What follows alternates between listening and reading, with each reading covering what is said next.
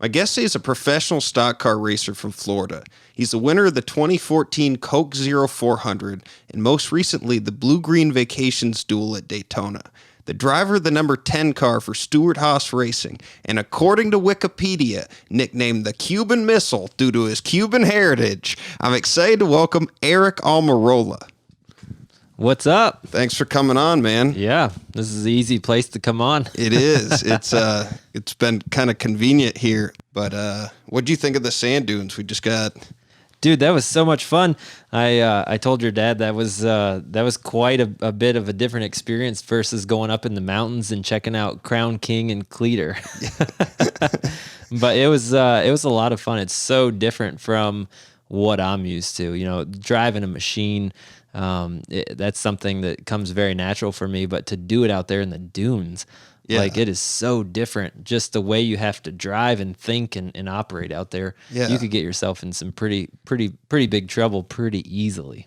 It reminded me a lot of like high altitude snowmobiling. Yeah, just that. I agree. Where your instinct is telling you to lay off. Yeah. Because like everything in a car is telling you, hey, you got to slow down. Yeah, danger usually means slow down, and out there is like gas her up. Yeah, and my dad was in the cart with me, or the Razor with me, as I was going through the first time driving, and I was going, and all of a sudden I laid off the throttle, and he's just like, gas. Yeah. And it's like, he let you know when you were slipping. So, yeah.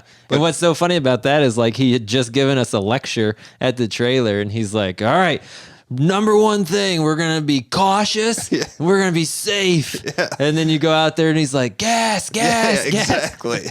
And it's just such a I mean, that was my first time in the dunes, but I had heard about it, and it's so weird because when I was, I guess I was a senior in high school, and he was at Polaris, and he took me to work one day. It was like the only day I really like, because I was so young through a lot of that, but I was 18 at this time. He took me one day, and it was like the product development meeting day, and he's sitting at the front. I kind of got to see like my dad in action, and the product that was in development was the Razor. And I saw this picture of just it jumping on a dirt bike track. And I was like, there's no way. Like, there were so many things I saw as a kid in product development that never made it. Right. Because it was just like, it was a skateboard that you rode up a mountain or something. Like, there was no way it was going to get past. Yeah. But my dad said to me, he was like, this thing is getting past. And I was like, we got to get one of those. Like, it's super sick. So it was really fun. Anyway, let's get into NASCAR stuff. So how did you get into racing as a kid? So my grandfather raced, and I was always around race cars because of him. My dad and my mom. My dad met my mom in junior high. And so my dad started going to the races with my grandfather. My grandfather is my mom's father that races. And so it became a family affair. And my parents had me super young. They were 20 years old when they had me. And this was down in Tampa? Yep. So down in Tampa, Florida. Okay. And my grandfather raced dirt sprint cars all over the Southeast, mainly as a hobby. Didn't really do it professionally. He ran an auto body repair shop as a small business owner, but his passion, his hobby was racing. So he dirt sprint car race. And when I came along, I always wanted to be at the race car shop because it was where all the dudes hung out. You know, it was where my dad hung out, my grandfather hung out, and they were always working on the race car to get it ready to go to the next race. And so I loved being around it. And, to be a kid and sit on a four-wheeler. And sprint cars, they don't have transmissions or a clutch. They're direct drive. They make about 900 horsepower, and they're direct drive. So when they get put in gear, you have to literally push start them. You push them off, and as the rear axle turns, it starts turning the motor over, and then the engine fires. And and there's no clutch, there's no neutral, it's nothing. It's always is that driving. Why it gets the name sprint, that it takes off? Yeah, that's a great question. I don't know why they call them sprint cars. That's just what they were called. They're actually originally modeled or copied after a tractor. Okay. when you look at them. Like they sit in the center of them, 2 big tires in the back, 2 small tires in the front. They've evolved a lot from a tractor. Yeah. But anyways, being a kid growing up around that and, sitting on the 4-wheeler that was going to push start my grandfather's sprint car, and being around that and pushing it off and being right there at it when 900 horsepower lights and drives off from you. It's just loud. Oh yeah. It's just exhilarating. And I played every, stick and ball sport growing up, played baseball a lot. And sitting at shortstop waiting for a ground ball to come my way was not nearly as exciting as the racetrack. Yeah. And so it's such a, like, I don't know how many people growing up I know that got into racing cars. Like, it's such a specific thing. I mean, did you know very many other kids? No. That, like, in your high school or anything that were racing cars? Like, no, none. It's kind of like getting into flying airplanes. Like, there aren't that many people that do it, but the people you meet are hardcore about it. Yeah. And I was honestly an outcast really growing up because of that, like going to high school and stuff. I couldn't play baseball. The coach wouldn't let me even try out for the team because he knew that I raced, and he knew that I would miss games that, Saturday games I would miss, or, he wouldn't even let me try out for the team. And so not playing sports, not being around on a Friday night to go to the high school football game and then go to whatever party was after the game and stuff like that, because I was always leaving to go to whatever race was that weekend. Fridays I got out at lunchtime almost every week from school, so I could travel to whatever racetrack we were going to. Was it mainly southeast? Yeah. Okay. So Florida, Georgia, South Carolina, and North dirt Carolina. Tracks or a lot of dirt tracks growing up, go-kart racing. Mm-hmm. And then when I started stock car racing at about 15, it was asphalt, like little 1/4 mile, 3/8 mile short tracks. Like the Vegas short track. Yeah. Like the little bull ring there. Yeah. So growing up, I was honestly an outcast because, I was not hanging out with all the cool kids, going to parties and stuff like that. I was devoted. I think it worked out okay. It worked out okay. Yeah. I think some of them probably may have rethink that now if they knew. Yeah. But I was definitely an outcast because people would ask like, well, what are you doing that you can't come? It's like, oh, I'm working on my race car. We're loading up to go to, wherever. We're going to Savannah, Georgia to race this weekend, or we're going to somewhere in South Carolina, or we're going down to Hialeah, Florida, down by Miami, all these different places. And people were just like, oh, okay. Yeah, it's so different. And they didn't even know how to communicate because people that don't know anything about racing, they don't even know like what to say other than like, how fast do you go? Yeah. Like and then once you answer them, they're like, oh, cool. And then prepping this interview, dude, I was like, I mean, my grandpa raced, my dad's done Skip Barber. Right. He has smoked me in every form of racing that there is. Yeah. My brother's too, like, I mean, you rode with me. I'm not like I'm there because like, I got good connections, and like I'm not going to turn down the guy. I know the guy. Yeah. And like, it just, I also saw people get hurt a lot, and it, I've gained a level of respect for riding over that. Sure. Like you see people get really hurt and you're like, I think there's a huge disconnect, especially in like the riding that we were doing. Like when you see the pictures of somebody tearing it up, you're like, oh, that's awesome.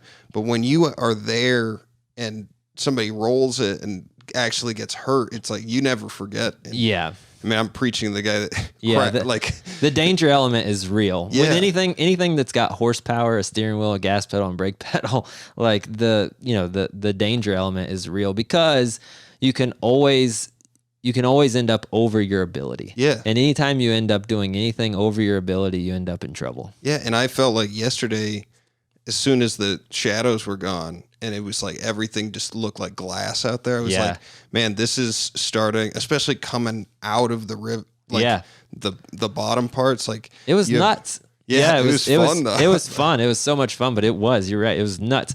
And what blew my mind was that like, you didn't know when you were coming up to those crests of those hills, you didn't know on the other side, like, was it a 10-foot drop or was it a 100-foot drop? There were a couple too where like you'd get like your right side wheels over, and then you'd Yeah. get a feel for what was on the other side, and then you're like, oh my. Yeah. And when you see that like full on drop on the other side, it's Yeah. so misleading, because you're riding up it and you feel like it's equal on like you know what's above you than below. Well, but it's like snow skiing, and you're skiing on a green, and then all of a sudden the trail splits and you go to the right, but there's no sign marking, right? Yeah. And you go to the right, and then all of a sudden, like, you don't see anything anymore. And like you ski up to the ledge and you're like, oh, I'm not going down that. No. It's wild, Yeah. man. So how did you go from like go-karts? And I'm not trying to like have you relive all of your history and stuff, like, because I kind of want to get into just like this year and some good stories. But like, what was the progression like, mainly for if somebody is a race car driver out there and they're a kid and they want to do what you're doing? How did you make that happen? Yeah. So first of all, it takes major like family commitment, because it is expensive to race. Like, that's the one thing that I tell so many people, and families and kids especially, is like, to race, it's a huge sacrifice, not just for time, but financially. It's a big sacrifice, because how, like, roughly, I would say to go-kart race at a really high level and do it to like win and be competitive, not just to hobby do it, but like to really do it, and like everything you got to do to like the best motors, new tires when you need them, everything. Yeah. You can spend $50,000 to $85,000 a year to race go-karts. For go-karts, man. Go-karts. You just came from a go-kart track, too, like that. Like, it is crazy how much money you can spend racing. So it is a huge commitment from not only the kid, right? Like, they've got to be vested. Like, you can't just, in my opinion, make it to the level where I'm at and do it for like a hobby. Like, I grew up doing it as a hobby, but I was totally vested. Like, there was no like goofing off and running around the neighborhood with buddies and stuff like that. It was like at nighttime when I was done with my homework, it was work on your go-kart. Really? You know, and like be a part of it, be invested. Like, and my grandfather was just that way. Like, he was like, I'll work on it as hard as I can possibly work on it, but you're going to work on it right next to me, and you're going to learn, and you're going to be a part of it. Like, I'm not doing it for you. You have to show that you want it. And but so I think that's important. Like, was there a moment, because, I mean, you had to have some level of natural ability or talent, right? Like, yeah, I mean, I guess so, but I'll honestly say, and I've told a lot of people this, but I raced with kids growing up that were no doubt more talented than I was. Yeah. Like, they just weren't as dedicated. Without a doubt. But they were not as dedicated. They got ruffled way more than I did with bad races, bad performances. And it was handed to them a little bit more, and so there was a sense of entitlement, but incredible like talents, and so good, and they didn't make it any further, just because as you go up the ranks and through the different divisions and series to get to make a career out of it, there's going to be tough times, and when you get further and further up, there's going to be guys that are equally as good as you, like throughout the process, or better. And the only way to bridge that gap is through work. Like, you've got to work. And I was that way even when I played sports. Like, I played basketball. I'm not a good basketball player. I hit a growth spurt when I was young. And so like on the middle school team, like they put me down on the post. I was like the big linky, like the Gumby guy down there, like, hey, pass me the ball. But I just worked at it. Like I out hustled. And my talent was so low, but my hustle brought me to be average, you know? Yeah. And so for go-kart racing, I feel like my talent was average and my hustle brought me to good. Yeah. And then obviously partnering with your grandpa and like being part of that process and really understanding everything, and like having the vested interest too. Cause I think there's so many aspects of like when people pursue that stuff, but they're not personally vested. Yeah. Like, not to make this about me, but when I started to do like comedy stuff, like I started this podcast and I've done everything like on my own dime, and I needed that skin in the game in order for me to take it seriously. Absolutely. And hopefully people are finally starting to take it seriously. But like, it just, when you're the one that kind of wears it, it changes the game. And for you being that young, it makes it. Yeah, absolutely. I mean, that's a big commitment as a kid. You buy a kid $100 bike and watch the way they treat it, or you make them earn $100 and let them buy that bike and then watch the way they treat it. Like, it's probably going to be a little different. Tax too. They got to know about the sales tax. But yeah, and that's how I was. Like, that's how I was grown up. That's how I was raised. And so for me, that hard work and that dedication and all those things, and plus, like, my mind works that way. Like, from the engineering side of things, like, I love the engineering aspect and the physics aspect of racing. Yeah. And so I was always intrigued by, like, not only how do I become a better driver, but I was always intrigued, like, how do I make my go-kart or my race car better? How do I make it lighter? How do I make it go faster? How do I make it have more grip? How do I make it, corner faster? All of those things intrigued me. And I knew that even if I was an average race car driver, if I worked hard enough at making my race car awesome, if I got in that thing and drove it halfway decent, that I would perform at a high level. Yeah. And so that was one of the things that I felt like really got me to where I'm at, was really just having exceptional equipment along the way. And a lot of it when I was growing up was due to the fact that my grandfather and myself, we just worked our tails off to make sure that we had the best equipment out there. Yeah.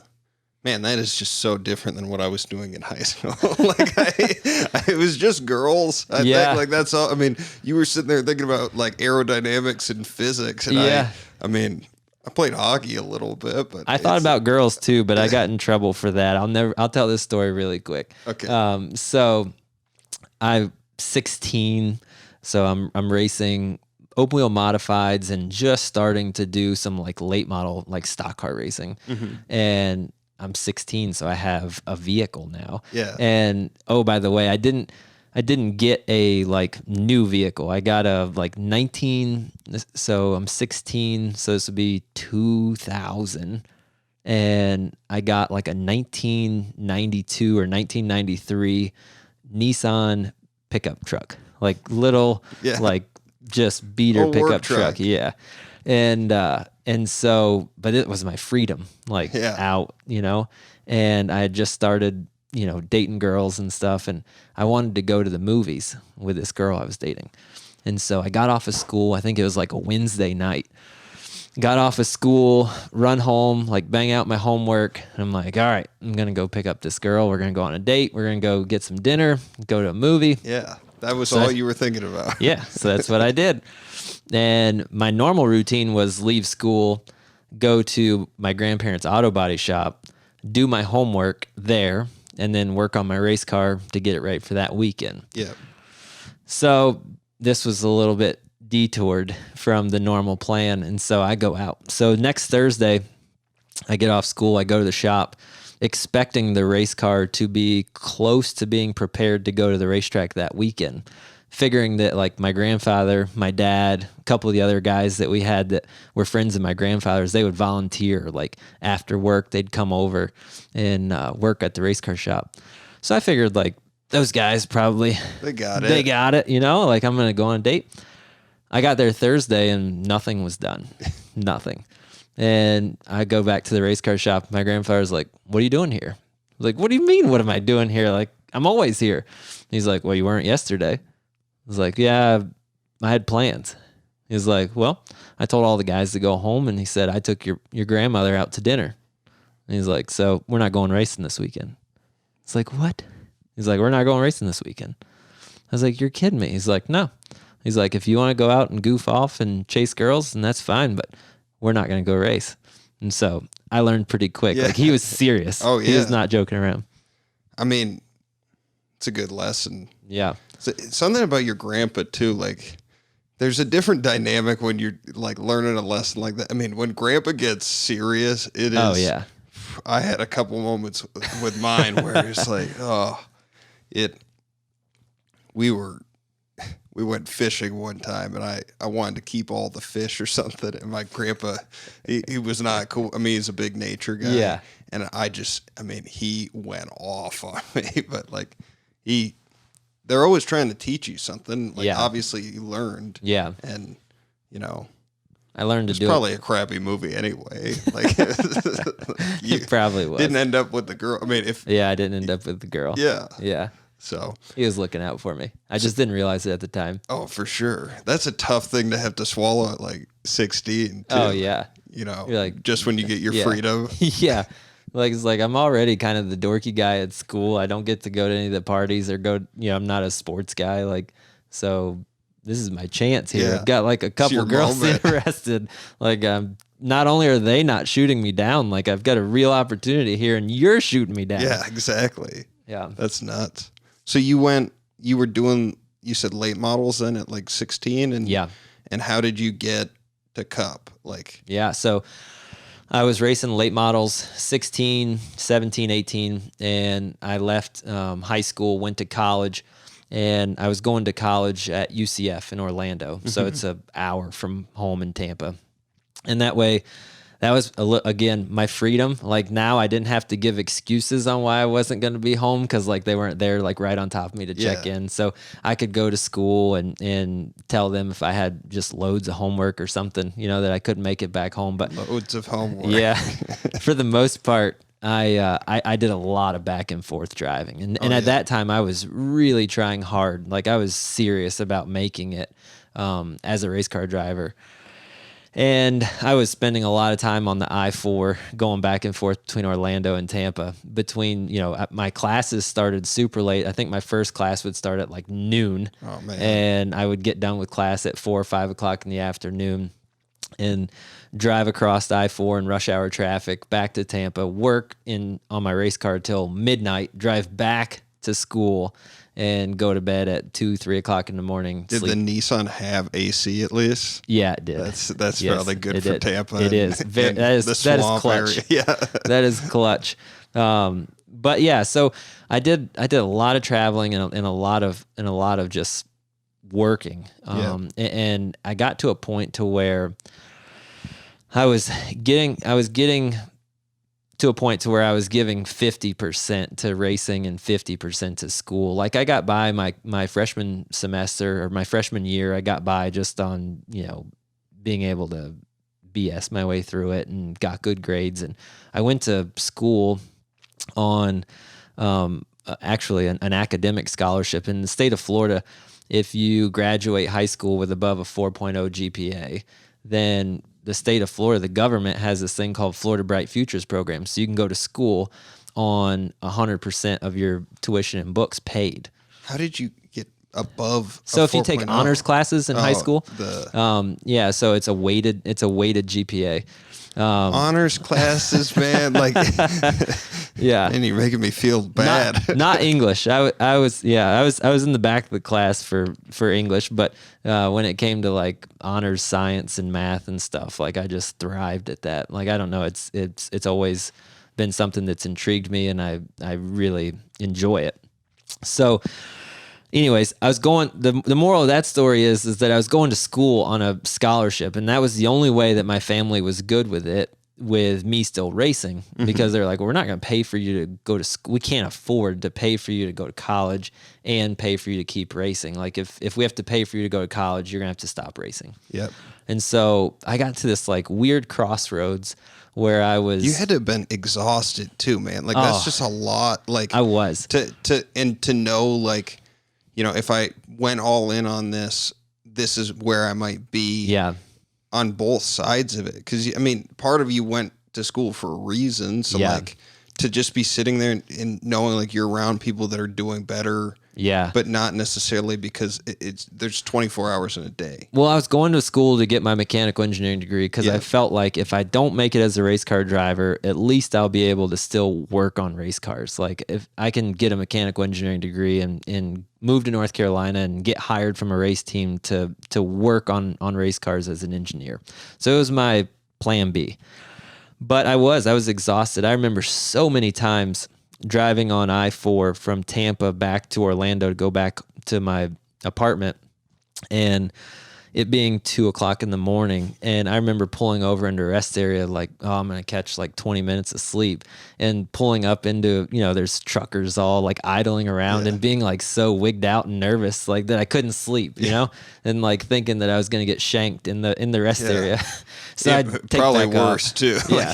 So I'd take back off and keep driving, and I'd start bobbing and, weaving, keep my eyes open, windows rolled down and all that stuff. But were you like a Jolt Cola guy or anything? Like, there was nobody to call. Like, I mean, back then, not super long time ago, but like it was just the flip phone, and you could only have 100 contacts in your phone. Yeah. And so 2 a.m. It's there's not a lot of people to call, and I wasn't allowed to date. Remember, I couldn't go to movies. Even in college? No, I was kidding. Yeah. But there was really nobody to call. So yeah, it was Mountain Dew and like Pringles and a Snickers and whatever. I'd stop and like walk around. Anyways, an hour drive would take me 2 hours to get back to school because I was exhausted. Mm-hmm. And I started doing bad in class, and then my racing was suffering because I was not devoted and spending as much time racing as I needed to, and working and preparing the cars. So it's just in this weird place in life. So you had to make a choice.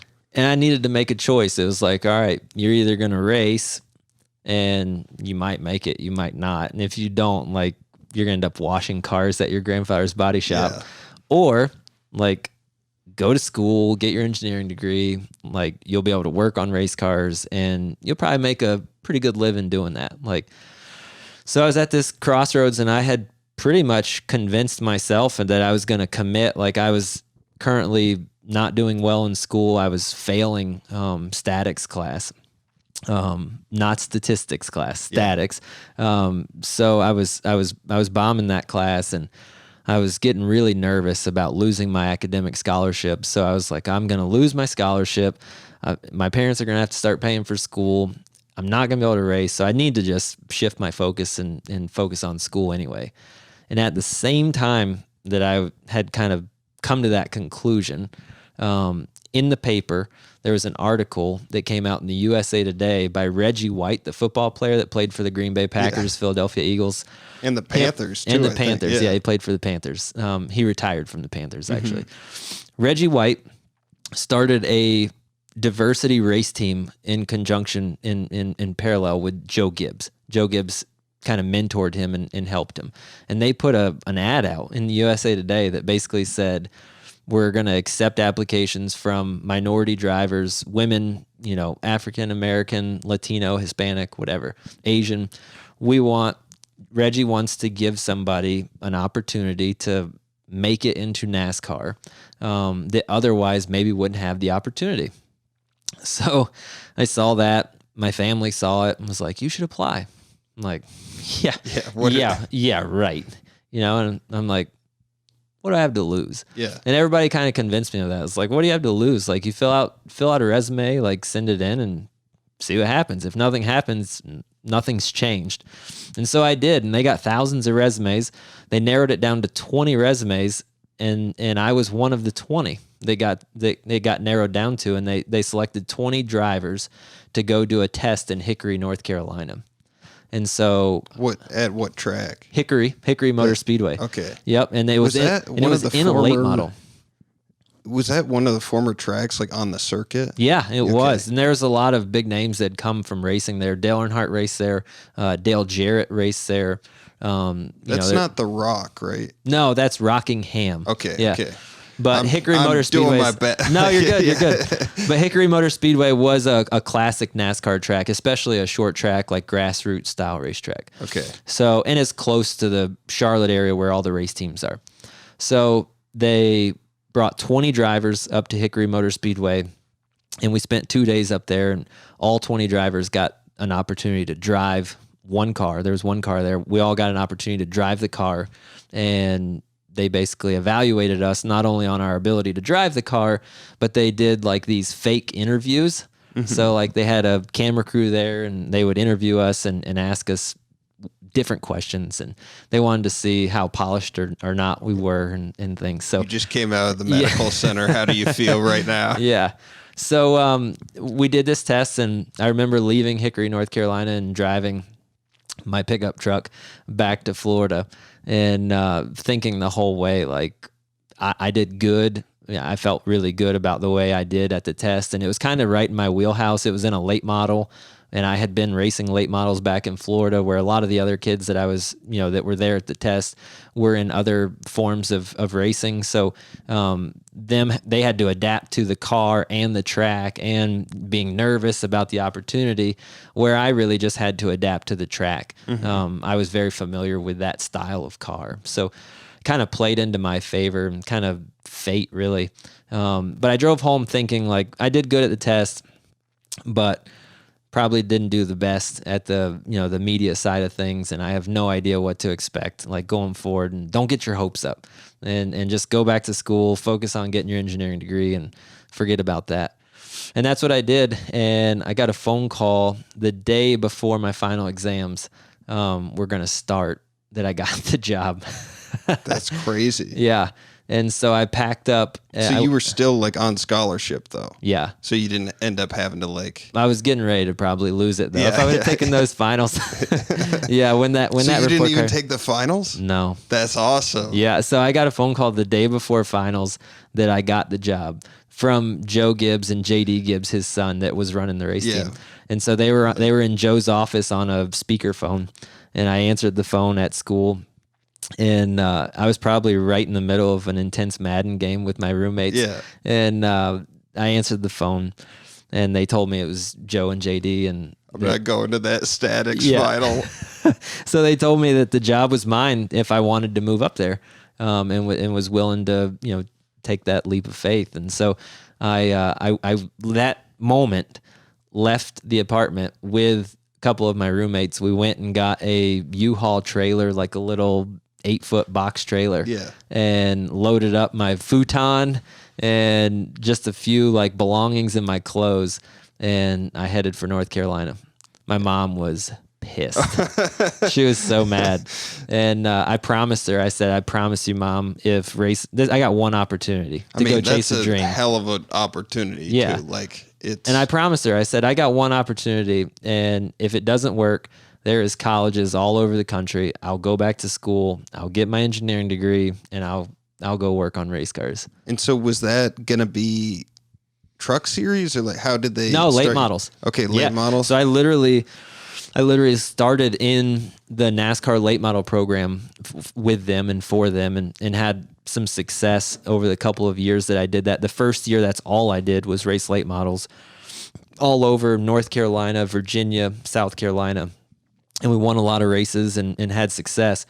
And so that then parlayed into the next year. I still ran late models, but then started doing some part-time truck racing. Okay. And that's actually how I met my wife. Really? Her dad was my crew chief on the truck that I didn't know that. That I started racing. Yeah. Was that kind of awkward at all? Oh yeah, really awkward. It's like dating the boss's daughter. Yeah, like you're just so nervous about. It's actually worse than dating your boss's daughter, because the worst thing that could happen is if something goes wrong with the boss's daughter, they just fire you, right? Yeah.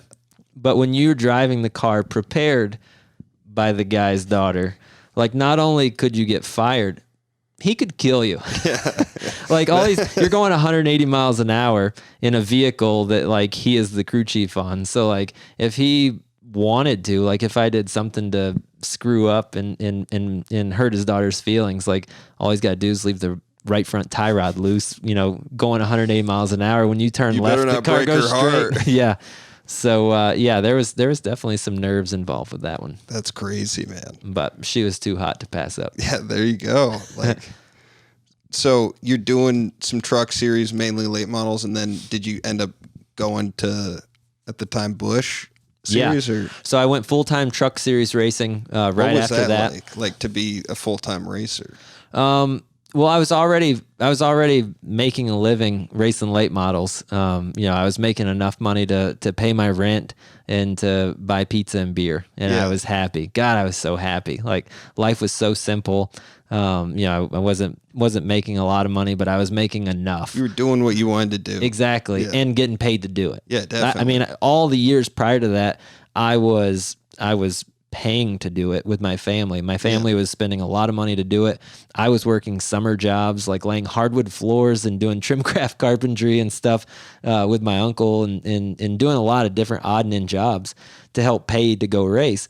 And now, here it is on the flip side. I'm actually getting paid to go race. I was in heaven. Oh, yeah.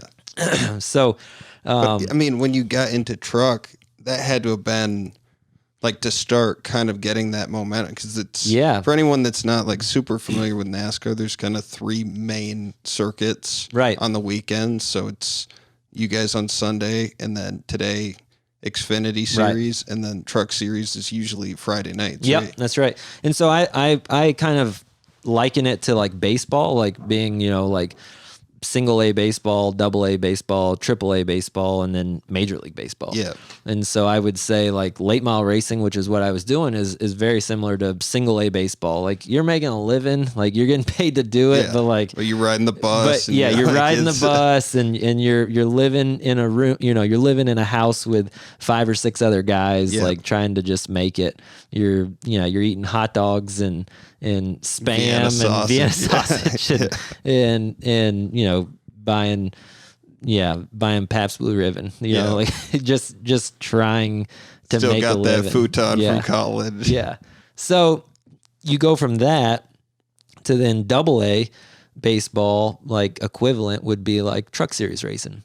And it's like, all right, you're a little bit more established in your career. Like you now have a more, visible opportunity to make a name for yourself, because truck series racing is nationally televised. Yeah. So you just start getting that sense of like, this is it. Like this is gonna happen if I can seize the opportunity. And occasionally you're racing with guys that are at the highest level. Yeah. When they there's some guys down. Yeah, there's some guys that race at that time. There was guys that raced in the Cup Series that would come back and race in the Truck Series. And they like own their own teams too. Mark Martin, Kyle Busch, those guys would come back and race. So if you race and competed against those guys, and especially if you beat them, like it was like, hey, who is this kid? You know? So I was able to have some success at that level, and that got me an opportunity to move up to go bush racing part-time while I was still truck racing. So I did that for Joe Gibbs Racing as well. And you had a new girl. Yeah, and I had the had momentum. Yeah, that's what everything was going right. You're cooking, everything. I was this young kid, and I had people filling my head with like, "Oh, you're the next best thing. Like you're on your way." Like had sports agents like trying to help me along the way. And I'm sure on the other side of your career, you're going to hear from those people just as much. Oh, yeah, I'm sure. Yeah. They're all still your best friends. Yeah. So I was getting fed like this lie. Yeah. And I didn't know it at the time, but I was getting fed this lie, like, you're the best. And to be fair, though, to you at that time, like, you didn't have any context. Like, no. You were a 21, 22 years old. And going to school for engineering. Yeah. And you followed your dream and an opportunity. So it's like, I think people sometimes give athletes like this rep, like there's like these negative connotations around it. Like, oh, you should know better. It's like, what context did you have prior? It's not like None. you grew up in like this family of, my dad was a driver, this. Yeah. So I had zero context. Yeah. And so, you're getting told, that everything's good and like contracts are coming my way. Like I'm getting opportunity after opportunity. I'm making real money now. Like I'm not living in a room anymore, at a guy's house. Like I bought my own condo. Yeah. I sold my futon to the next guy that moved into my buddy's house, and I bought a real bed. I mean, it's a tough sell to a girl. Yeah, the futon. Well, it really is multifunctional. It is. You have couch, save you space. Have bed, like it's ideal. And when you're living in a bedroom that's like 10 by 8, like you really need that. Just futon. trying to maximize opportunity. Yeah, and you want a TV in there, right? So you got a little TV in there, and you've got a little dresser. So exactly. You run out of space quick with a bed. And I didn't really. A futon is way cooler than a twin bed for. Oh yeah. Just by the way. Yeah, it's if anybody's in the market for either one. So I'm making real money now, and like things are going really good. I'm bush racing at the time, and having some success at that as well. And then I don't know if you planned on talking about it or not, but one of the big things in my career that a lot of people know about that follow anything to do with racing or NASCAR was I was leading a race in Milwaukee, Wisconsin. And the driver that typically drove the car, we were splitting the car for the year, Denny Hamlin. Mm-hmm. And so he ran the car about 18 races, and I ran the car the other 18 races that season. Well, in this particular race, he was supposed to fly in from Sonoma, California to Milwaukee, get there in time before the race started, and he was going to race the car. But I had practiced it and qualified it. Okay. So I practiced it and was fastest in both practices. I qualified on the pole. So I was the fastest guy in qualifying. So the car was going to start first. He was supposed to fly in, get in, and race the car. Well, he was late. Like, I was ready. Like, my job was done. I practiced the car, qualified the car, done, checked out, like punched the time clock. Yeah. Next thing I know, it's like, hey, Denny's late. He's not going to make it. You need to suit up. You're going to race the car. And I'm like, yes. Yeah. Like, here we go. So we take off, start the race. I lead the first 60 laps of the race. Caution comes out. I roll down pit road. We come get 4 new tires and gas. And I leave pit road. When I left pit road, they come back on the radio and say, hey, we need you to come back to pit. And that's not overly unusual. Like you hate it when it happens, but sometimes like if something happens on the pit stop or a gun breaks or they don't get all the lug nuts back on the tire, they'll call you back down pit road to put the missing lugs on so you don't have a vibration or a wheel fall off. Yeah. And so I'm like, ugh, dang it. Okay. And they're like, by the way, when you come down pit road, we need you to start unbuckling. Denny's going to get in the car. I'm like, what? So I'll try and make this really long story a little bit more condensed in the essence of time for everybody listening. But I roll down pit road, and my natural instinct was just to do what I was told. Like, I don't know. I'm not a very rebellious person anyway. Like, I was mad, furious, but just do what you're told, right? Like, and especially for me at that time, I was 20, maybe 3 years old. You know, don't show your butt. Don't get in trouble. Don't do anything stupid on national television. Mm-hmm. So just do what you're told. So come down pit road, unbuckle, get out of the car. He gets in. I'm furious. And so I actually got a flight home. Like I went to the airport and waited for one of the other teams that wrecked out or whatever and hopped on a flight to fly home. And Denny went on to win the race in that car that I'd gotten out of. And from that point forward, I felt like my time at Joe Gibbs Racing was over. It was like things didn't go right. It didn't feel right. I was very disgruntled. I didn't know if I would ever get over that. I felt cheated on, right? Like it felt bad. And it was it's a weird situation to like, that's like having someone come like tag team in and that's a weird, it was bad. So, especially when the car is so good. Yeah. Yeah. So, and just like you're doing well like that, too. Yeah. And I felt like I literally thought like throughout the first 60 laps of the race, like I had many a thoughts that I'm going to win tonight, and like, this is going to put me on the map. Like I'm going to win at this level. And this is going to put me on the map, and I'm going to go cup racing after this. Well, come a month later, I got an opportunity to go cup racing, but it wasn't what I had envisioned or dreamed to like go full-time bush racing or to go full-time cup racing.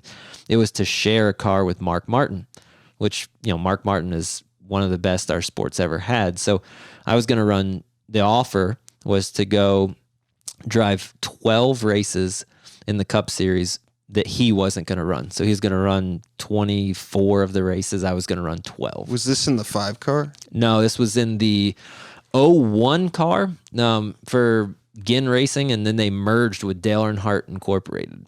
So it turned into the 8 car. Was this when he was sponsored by Army? Okay. Yeah. He was also sponsored by Viagra. Yeah. The adult. No, that would have been a bad fit for me at the time. 23-year-old kid. It just wouldn't have made a lot of sense. No, I mean, yeah. So everybody just would have felt bad for you.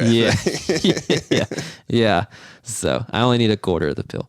But anyways, we shared the Army car, and that was a great opportunity for me to again be on national television, kind of showcasing what I'm capable of, getting opportunities in small doses. But here you are, I was 24 years old at this time, maybe, and you're racing against seasoned vets, the best of the best, man. The best of the best, and you're doing it on a part-time basis. So it'd be like asking, somebody to step up to the plate in the majors that only gets up to bat once every 2 months. It's like, just swing. Yeah, it's hard. Like, you're racing against guys that are in the race car 3 or 4 days a week between practice and qualifying and practice and race. And here I am showing up, once a month to get in a car. It was hard, but I did have some success and felt like I was on my way again. And Mark at the time was leaving and going to go to Hendricks, and I was going to get that car full time. Like, that was the next opportunity, was go full time racing in that car. And the team shut down. So like, here I am. I've rode this wave. Yeah. Okay. I rode this wave of like trajectory, like to the top, like just get in, hit the elevator button. We're going up. And I like had a weird ride to the top, but I got there. And then it was like, the bottom fell out, like no job. I sat on the couch with my wife, who was my girlfriend at the time, and like, we were in big trouble. Ooh. Debt, because I was like being told all these things by like agents, like, you're good, man. Like, you're the next best thing. You're going to be a famous race car driver. You're going to make tons of money. So I had house and motorhome and tons of things that I probably shouldn't have bought, couldn't afford. And it's kind of like motorsports or NASCAR. It seems like, just as a viewer, like, the business side is like almost like a game of musical chairs. Like, there's only so many chairs and the season's going to start, and you better have one before the next season. And like, sounds like, I mean, your chairs got taken out from you because the team shut down. Yeah, I had one. And that's the hard part about our sport too, is like, when the team shuts down, it's not like your chair's removed. It's like not only was your chair removed, there are no other open chairs. Like, they're all taken. Wild, man. So I sat on the couch for a couple of months with nothing going on. Damn. And I started working on other people's cars to make money, and started doing some building shocks and fabricating work, and just, I needed to pay the bills. That's so wild, though. The bills were coming. Like, to be going from the guy who's racing Cup Series to then working on someone else's car. I mean, yeah, it was humbling. Oh yeah. Very, very, very humbling. Do you think it made you better though? I don't know that it made me better, but it made me way more appreciative. Okay. Yeah. Like, so growing up as a kid, I had no choice but to be humble and appreciative, because I would get slapped upside the head if I wasn't. Yeah. And then all of a sudden, I kind of left the house, went to college, kind of spread my wings a little bit, get to, move to North Carolina. Now I'm on my own. I don't need my family anymore. I'm making a living, like paying my own bills. A little cocky. Yeah. I got a little cocky, got really confident, started surrounding myself with people telling me that I was the next best thing, and that, money was going to be no object, and all What did these you things. buy at that point, though? Looking back on, like, everybody in that situation always buys something. Yeah. That they shouldn't have. Like, my buddy won a huge poker tournament at like 18. He won $3 million. Yeah. And he bought this ridiculous yellow Hummer that like he drove to school in high school. What did you get anything like an outfit? It wasn't one thing. That was the problem. Yeah. I bought a house that I shouldn't have bought. I couldn't afford it. Yeah. I bought a new vehicle. I bought nice clothes. Yourself. Nice clothes. I bought a Rolex watch. Like Oh my it's like I was. You don't even have a Rolex now. No. I that's actually a funny story. I bought that Rolex. My wife, which was my girlfriend at the time, we went on a cruise. And I bought it, I think, in like St. Thomas or St. Martin, one of those duty-free markets or whatever at a jewelry store. And I bought it, and I was so embarrassed when I got back home because I felt like I didn't deserve it. Like I knew, like deep down in my gut, like I knew it wasn't right. But like at the time, like it felt like a lot of my peers, like the other drivers and stuff, like they had Rolexes, you know. And so I bought one thinking that it would help me fit in. But then when I was around like my family, like when I went back to Tampa for the holidays and stuff, I would walk around and like I would wear like long sleeve shirt and I would tuck it up underneath the sleeve. Yeah. And like my grandfather had a Rolex, but he was a self-made man, like successful auto body business guy. My great grandfather had a Rolex, but he owned a jewelry store. And so I remember the first, we got it like in December when we were on a cruise and we went to Tampa for the holidays. And I remember being at my aunt's house. We had the whole family over. In Cubans, we do this party called Noche Buena. It's the night before Christmas. And so like the whole family gets together. And I was so embarrassed and I was like hiding it. And my grandfather saw it. I went to go grab a drink or something. He saw it. He's like, "Hey, what is that?" And I was like, it's a Rolex. It's one of those knockoff ones like you get like from the guy in the coat in New York City, you know. He's like, "Let me see it."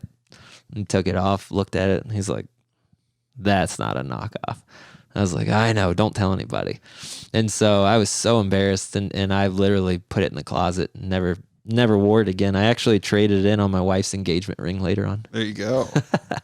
Yeah, I think my dad has one of those actually too. Yeah. It's somewhere in the closet. He's not a swag guy. Yeah. I'm not either. It's a weird. But you asked me like what it was a list of purchases that was like ill-advised. So it's across the board. Yeah. Well, I got a bunch of stuff I do want to talk to you about. Let's do it. Like, before stuff. So,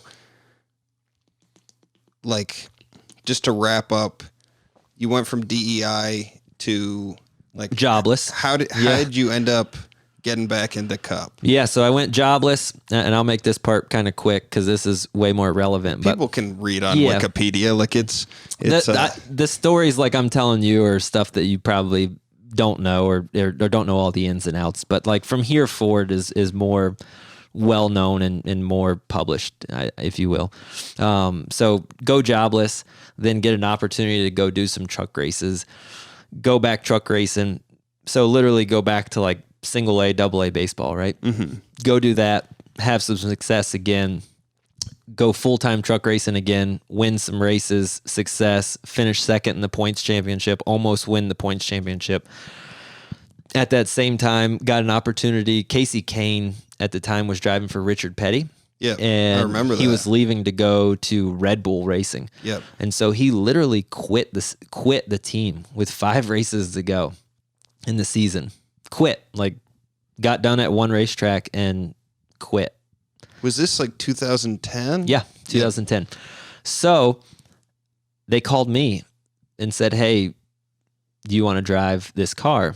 Like total just fate, just chance. Like I was sitting here racing the truck series and having success and racing for a championship, but they called me. And so I was like, of course I would.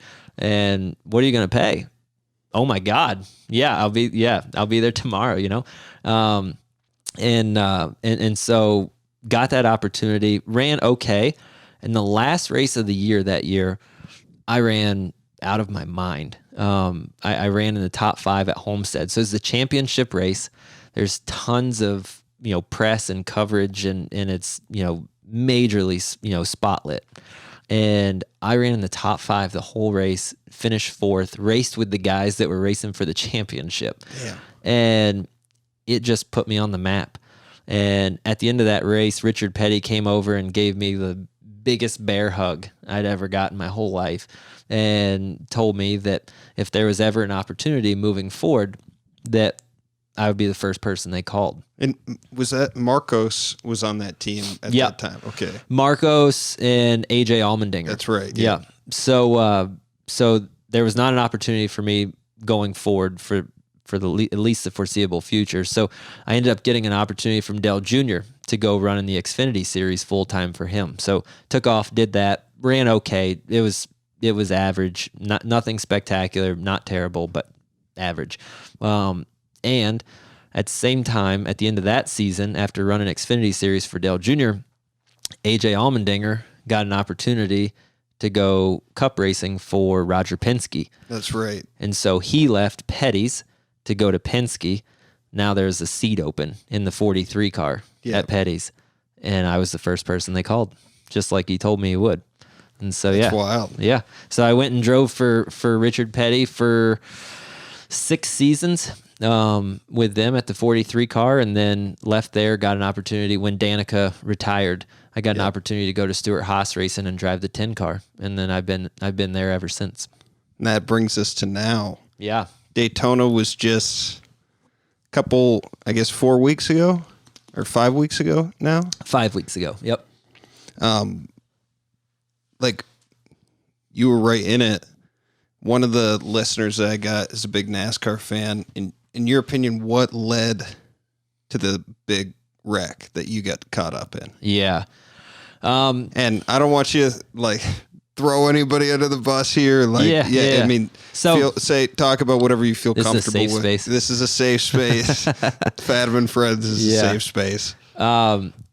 So to start that race, I knew we had a really fast car. Yep. We had just won the duel on Thursday night. The first one, right? Yeah, the first one. Before the start of the Daytona 500, they split the field into 2 groups, and you literally race for your starting spot for the Daytona 500. So it's a 60-lap race, kind of a short sprint race, and I won. And so I knew we had a good car. There was a lot of hype going into the race because of it. And we started the race, and I was running second behind Kevin Harvick, and there's just a lot of energy at the beginning of the Daytona 500. There always is. There's a lot of just anxiousness. It's the beginning of the season. We've been sitting around for a couple of months, and now here we are. We're going back racing. The Daytona 500 is the biggest race of the year. Like, even if you don't know much about NASCAR, people have heard of the Daytona 500. Yeah. Which is very weird. That you start your season with it? Yeah, that starts with the biggest race. I know. It's just the way it is. But so we started the race, and there's just a lot of hyped energy, and we were running good. We were running up front, but it's a long race, and this is my 10th season in the Cup Series, so I knew to just be patient, pace yourself, pace yourself. Like, there's no drama in falling back early in the race. Like, it's a long race. A lot can happen. But that doesn't mean that everybody else feels that way. So some people just really enjoy, racing aggressive the entire race. And a lot of times too, the Daytona 500 of all races, it's the most broadcast, the most viewed. We get 13 million people watch, 14, 15 million people watch the Daytona 500. So people know that, and that's your chance, right, to be on prime time. Oh yeah. And so I think just the kid that was behind me, Christopher Bell, that was behind me, got a good run and got into the back of me to push me. And that's what we do, speedway racing. Like, we run in 200 miles an hour. We literally push each other to try and go faster. You make your line go faster by bump drafting. Yeah. And so 2 cars essentially become one. Yeah. And the drag from the first car covers the back car, so the 2 of you can go faster than. You've watched Days of Thunder. I've talked to, I know a couple engineers. Yeah. So, you know. Yeah, exactly. You didn't learn from the sweet and low packets, did you? I don't think so. Okay. You'll have to watch Days of Thunder to pick up on that one. But he was pushing me, and we had already done it a few times early in the race, and then he come and gave me a push, and it knocked my car a little bit to the left. And then when he turned left to square back up on my bumper to hit me again, I was turning right to kind of come back up on the racetrack. Yeah. And so we hit again at bad angles, and it turned me to the right in front of the entire field. I was running second. There's 40 cars all stacked together. So, and we're going 200 miles an hour. I mean, how scary is that too? You don't have time to be scared. Yeah. It happens so fast. Like you're not scared. Like everything that happens is so instinctual. Like it's just, it's reflexes and, muscle memory and just, I mean, yeah, you're not scared. By the time it all happens and you realize what happened, you're pissed off. You never go through a one single moment of being scared. As I was prepping for this, I was just thinking about like, how many car accidents have you been? You're like most people, if they get in one car accident, it's a big deal, Yeah, like, true. In your line of work, it's like literally every Sunday you could be in a car accident. Yeah. And physically how do you recover from that type of stuff? Is it like when you take a hard hit, like what does that do to you physically?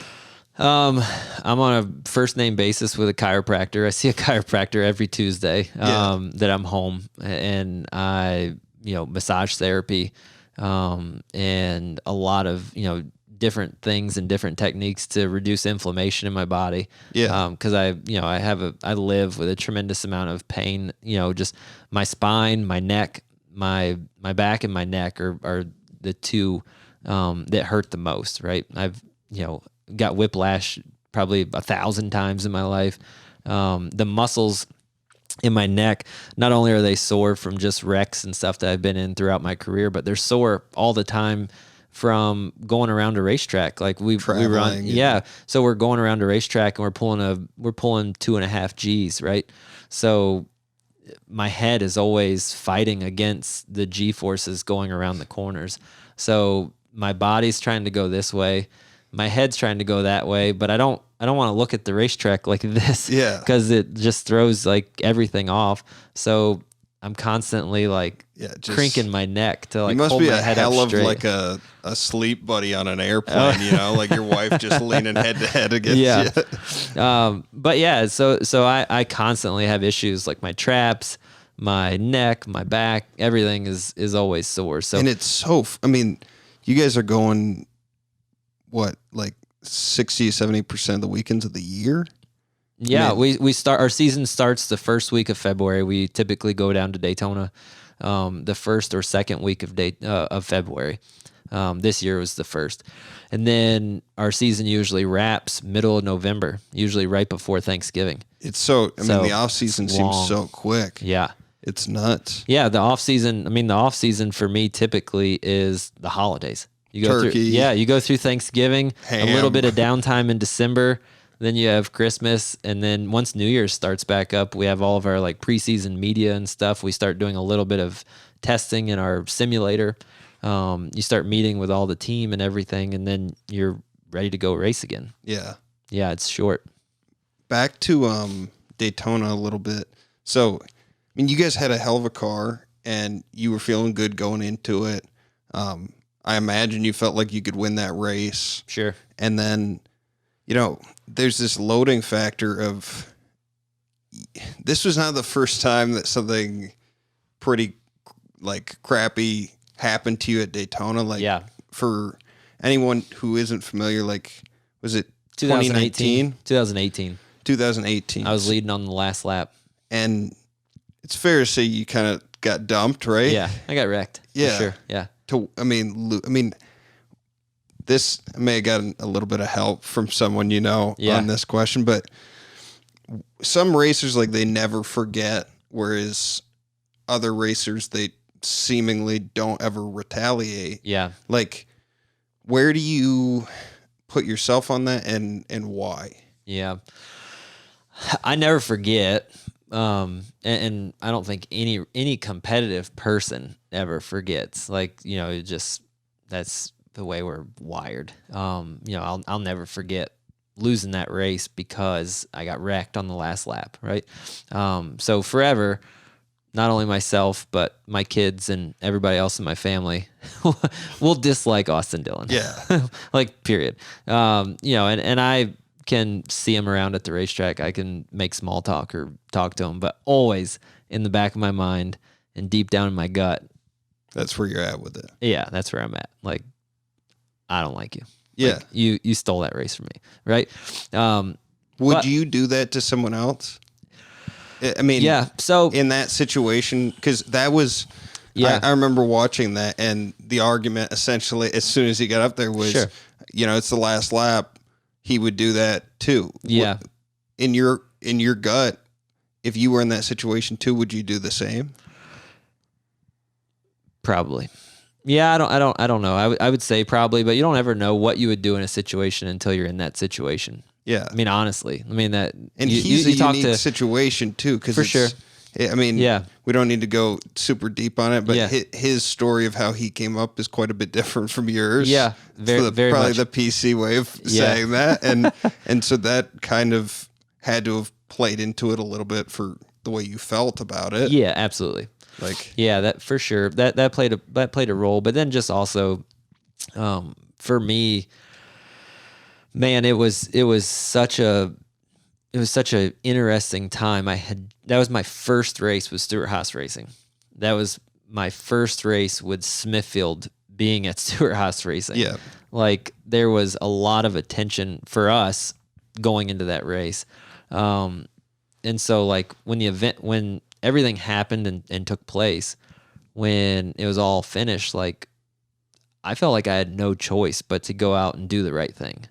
Right? Like, I could have gave a really nasty interview, and I felt like that would have got me nowhere. Yeah. Like, it would have just made me look like a jerk. And so, I mean, if you had, though, I know. I wouldn't have blamed. I mean, I was really surprised. I mean, I asked you about this last night, but like, what kind of, those cameras come on you guys so quick. Yeah. And can you imagine, like, for anybody else or anyone listening, like, you just had the worst day of work possible, and you were working as hard as you possibly could, and then someone sticks a camera in your face and, hey, how do you feel about it? Yeah, tell us how you feel, and then you have to be able to control your emotions. Yeah. So I'll never forget, I walked out of the Infield Care Center after that, and it's the Daytona 500, and I was leading on the last lap. So sometimes you wreck in a race and you go out of you go out of the Infield Care Center, and there's like 2 cameras and a couple like radio guys, and a couple newspaper people. So you're talking to 8 people, and there's 2 cameras on you, whatever. But then it's the Daytona 500. You walk out of the Infield Care Center after leading the race and losing on the last lap. Everybody wants that soundbite. So there's 25 cameras. Looked well illuminated in that moment. Yeah. And so I'll never forget walking to the media compound there outside the medical center. The only thing I could think was that my kids were in our motorhome getting ready to watch this. And for me, like, at that time, we were, not only at that time, but we're always trying to instill good values in our kids. Yeah. And so my kids are uber competitive. And so playing Candyland or Sorry or anything with them, like, over that off season, like, I just remember them being totally just poor sports. Like, my daughter would, like, smash the Candyland board when she would lose or get the, like, slide basically back, a random game, by the way, too. Like, there's no like. So I went to go do that interview, and all I could think about was my kids. Like, don't be a jerk for my kids. Like, my kids are probably in the motorhome watching the TV, wanting to know that I'm okay, right? Wanting to know that dad has been checked and released from the medical center. So I went and I did that interview just thinking, like, don't be a jerk. Don't say something stupid. And that was how I left it. Yeah. That takes a lot of control, man. I mean, it's good that you have that perspective, but like, I don't think most people that are, watching at home, like we have a kind of a personal relationship. Yeah. But something happens when people just see someone on TV where there's this dehumanization, like they're this public figure or whatever, and you don't think of the person as a person. And you just went from potentially having one of the biggest moments of your life just ripped from you. Yeah. And then you're supposed to just play it Be cool. cool. Yeah, Yeah. like and to have something like your family to ground you, it's really cool. But I mean, I wouldn't have. I kind of was like, let's see. Like, I was like, if you aired it out, I would have. So I needed a new helmet after that race. I went into the infield care center and I smashed my helmet on the side of the hospital bed there in the infield care center. I probably wasn't the nicest to the people in the infield care center when I first got in there. I was just like super stoic and quiet, and they're like asking me all these questions, and I'm like, you have a TV right there. You know what happened. Like, you know what happened. You don't need me to relive it, but they need you to relive it because they want to make sure that you're cognizant through all of it, that you don't have any brain trauma and all that stuff. Man. So, that was tough. Okay, some extra questions about just racing now. Like, from an athletic performance standpoint, you talked about your neck and the G-force and stuff. Like, what's it like to sit in a 145-degree car with no power steering for like 4 hours at a time? It is physically demanding, very. And people all the time question, like, are drivers athletes? And I understand why they question it, because you can see every other athlete performing live, and you literally see the athlete. When you watch us drive race cars, you don't see the athlete. No. You see the car. So the only way you can relate or associate is like, we go on 5-hour road trips all the time. Like, that's no big deal. Like, hop on the interstate. We did that yesterday. Yeah, it's like it's no big deal, right? So the best analogy that I've come up with people so that they can go like, never thought about it that way, is put your car on cruise control at 70, 75 miles an hour on the interstate. Like, it's not a big deal, right? Like, nothing scary's happening. Nobody's like white knuckled doing that. Leave your car on cruise control at 75, come up to an exit ramp that has like the circle exit ramp, and leave your car on cruise control at 75 and try to make the exit ramp. It gets like way more intense, right? Your butt kind of puckers up. Oh, yeah. You grip the steering wheel a little bit tighter, right? And oh, by the way, you're doing that with the radio on and the air conditioner on. So imagine doing that for 4 hours, by the way, all tensed up, going around a corner as fast as you possibly can. And it's 140 degrees. You're sweating like crazy. You're losing tremendous amounts of fluids, and you are exerting yourself. Not only are you exerting yourself from driving the car, you're exerting yourself because what we do, like as drivers, we're not jumping as high as we can. We're not running as fast as we can. We're making extremely, extremely minute movements in the car, and you are so like locked in. Like, every muscle in your body is tense. Your core's tense to fight the G load to keep you upright. Like, when you go around a corner, in your car, if you just let yourself like flop around, like, you'll just slide all over. Like, think about sitting in the back seat and like you're playing on your phone and you don't see them getting ready to make like an evasive maneuver. Yeah. Like, you flop all around the car.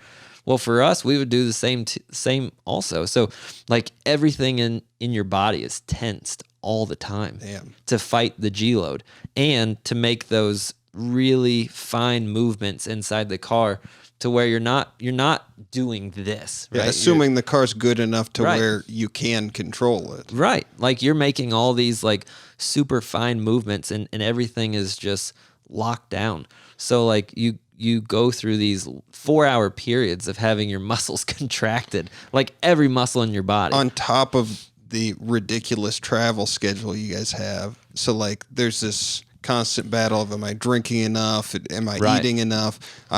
There's a weather delay. Right. Like, there's so many of these variables that change it just from a personal performance standpoint. And that's the other thing, is the travel on top of that gets really challenging. Every other sport, they play half their games at home, right? So they spend half the season on the road traveling to whatever their away games are, but half their games are at home. So they literally sleep at home, and they drive to the stadium or the arena or whatever at home. And when that event's over, they drive back home.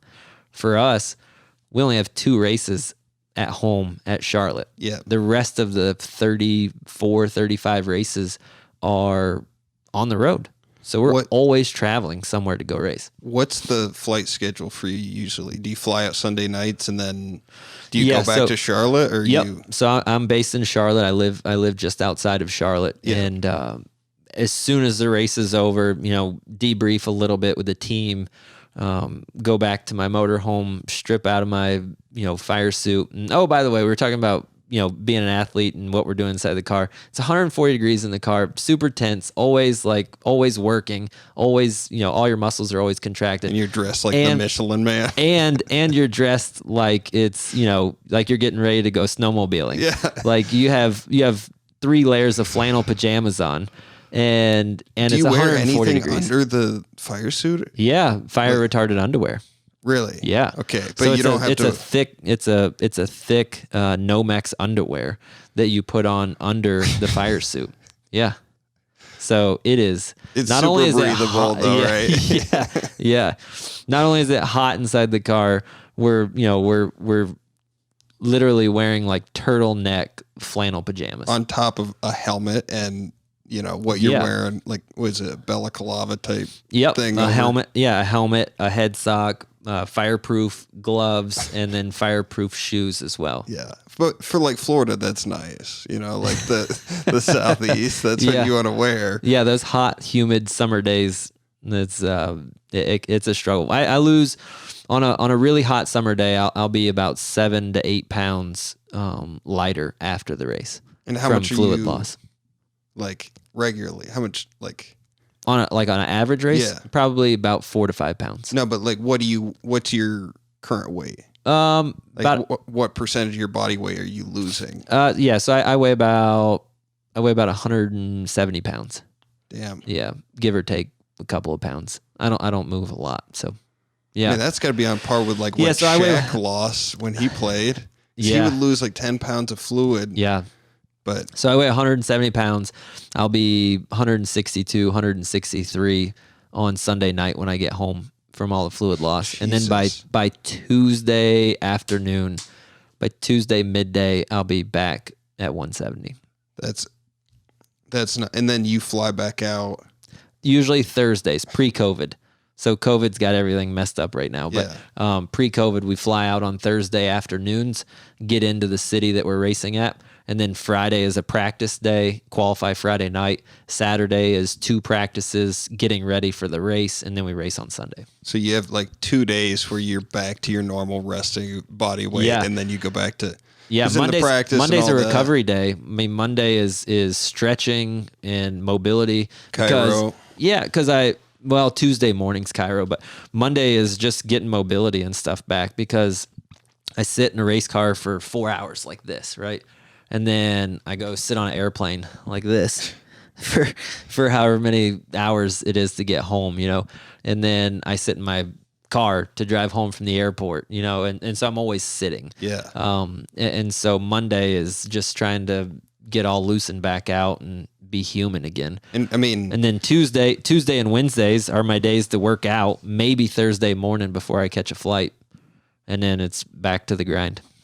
And I mean, we're going to get into it, but you have a serious prior back injury. So like all that stuff is heightened for you in particular. Like that for anybody normal, it would be bad enough to be doing all of that stuff. Like it's not good for your back to be in a like that for 4 hours, but to also have what you have is crazy. So let's wrap up just with current stuff. Like, what is your biggest fear on the racetrack? Like, I would say my biggest fear on the racetrack is making a costly mistake, like that's that's self-induced, right? Like, I don't fear what I can't control because I know I can't control it. But I think my biggest fear is just making a mistake that I know better, that I shouldn't have made, or that I, did something that I shouldn't have, or stupid, or whatever. I hate when I make dumb mistakes, especially that cost our team. So I think that's, for me, that's my biggest fear. Could you just to help paint a picture for, like, what would be an example? An example of that would be, at a racetrack like Homestead or certain racetracks where we run like right against the fence. So we're running 185 miles an hour, and and I'm not kidding, we are an inch to 2 inches off the wall with the right side of our car. So the amount of precision that takes to like hit your marks and to not go just a little bit too fast in the corners. Because if you go 1 mile per hour faster than what the car is capable of going through that corner, the car will wiggle or slide. If it slides any at 185 miles an hour, an inch and a half off the wall, you hit the wall. And if you hit the wall, usually it ruins your day. You push a fender in, it cuts a tire, you cut a tire, you wreck, right? Like it's a bad day. Another thing that you would make a mistake on, self-induced, would be like speeding on pit road, or like making a mistake on pit road, getting into your pit box or something like that. There's a laundry list of things that a driver can do to mess up and make a mistake. And not all of them are catastrophic or day ending, race ending. Most of them just set you back and create a bigger challenge to run up front that day because of the mistake you made. But those ones that are like really costly, they hurt. And it's your fault. Like there's nobody else. You can't really make the argument against anybody else. There's nobody else to blame it on. Like, you're the guy behind the wheel, in control of the car.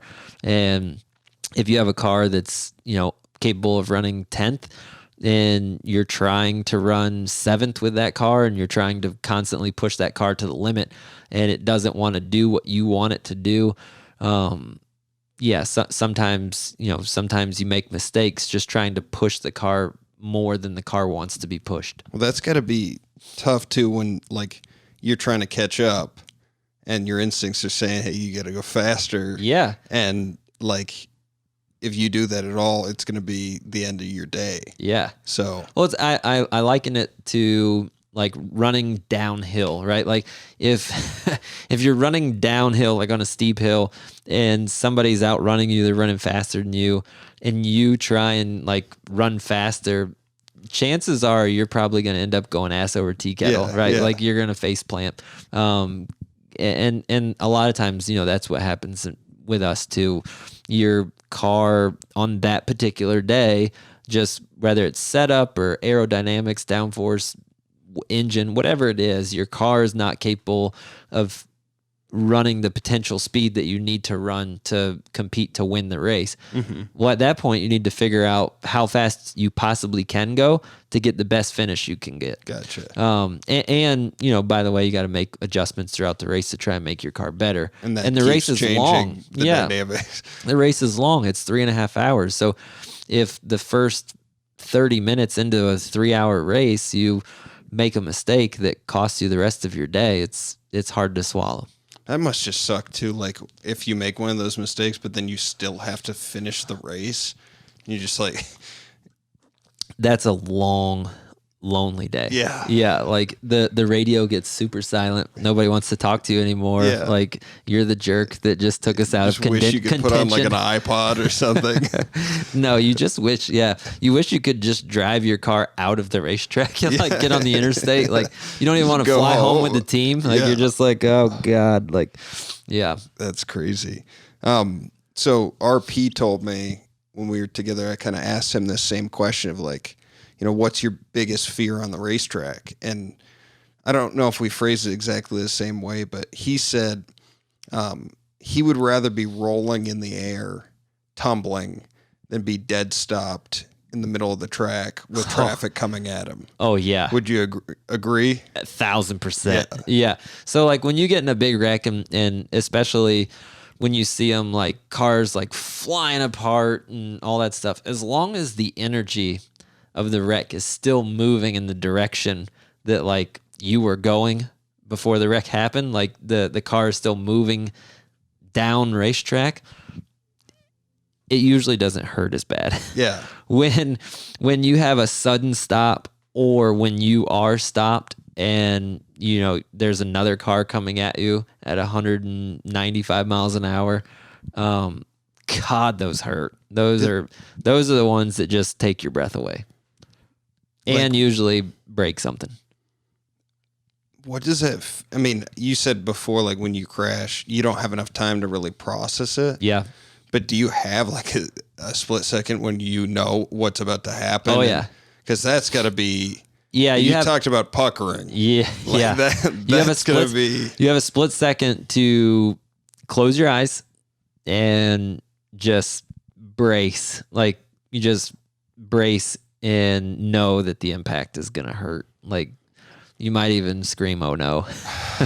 Man, yeah, it's just such a visually. It's just such a hard thing to imagine. Like, yeah, God, yeah.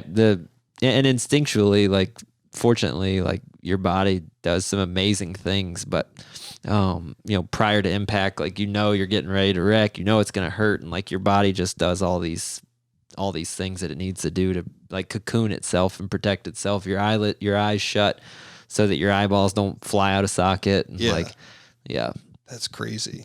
Had help with one other question before we move on. What was it like to drive for RP, and what did you learn from him?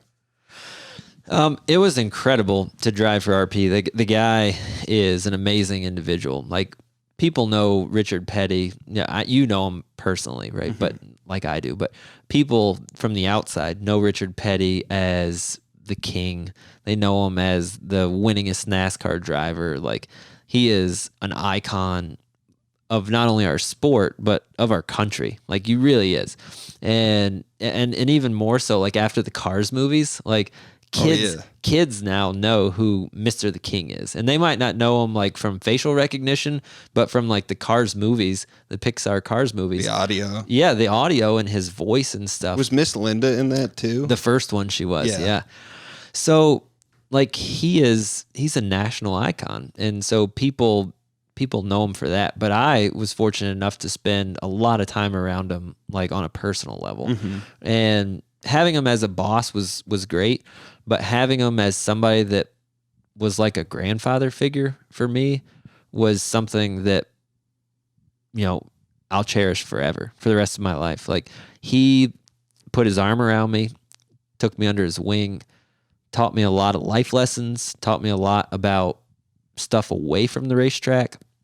And he taught me how to be humble, more than I already was. Like, I had already eaten a lot of humble pie, getting to where I had gotten the opportunity to drive for him. But when you go drive for the guy that has won 200 races, 7 championships, 7 Daytona 500s, like, he's the king, and deservedly so. He's the king.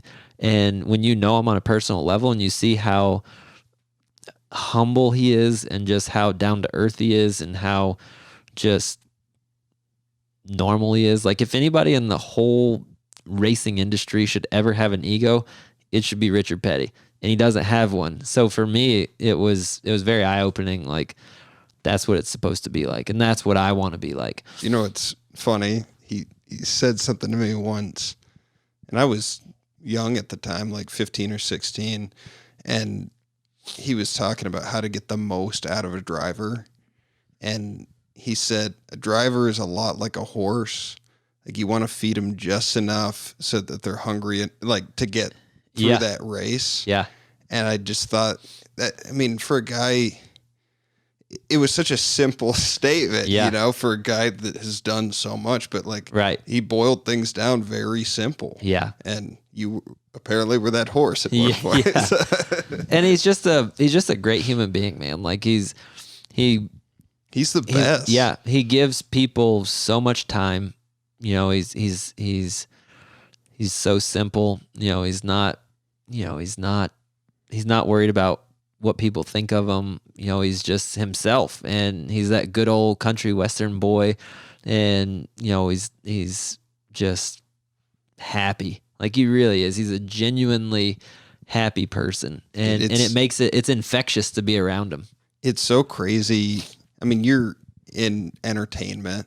Yeah. And some of the personalities you come across, it's just like the ego is through the roof, and what they've actually done is through the floor. Yeah. And you meet somebody like that. Like I met someone like that at 15 years old, and just to see it, and like, you know, the respect that he commands from so many people that have done so much themselves. Yeah. And like to see someone go and operate on that basis, like just to be respectful to everyone and not carry this huge ego and stuff, like that is someone that like I look at him like I just wish I could operate like he does. Yeah.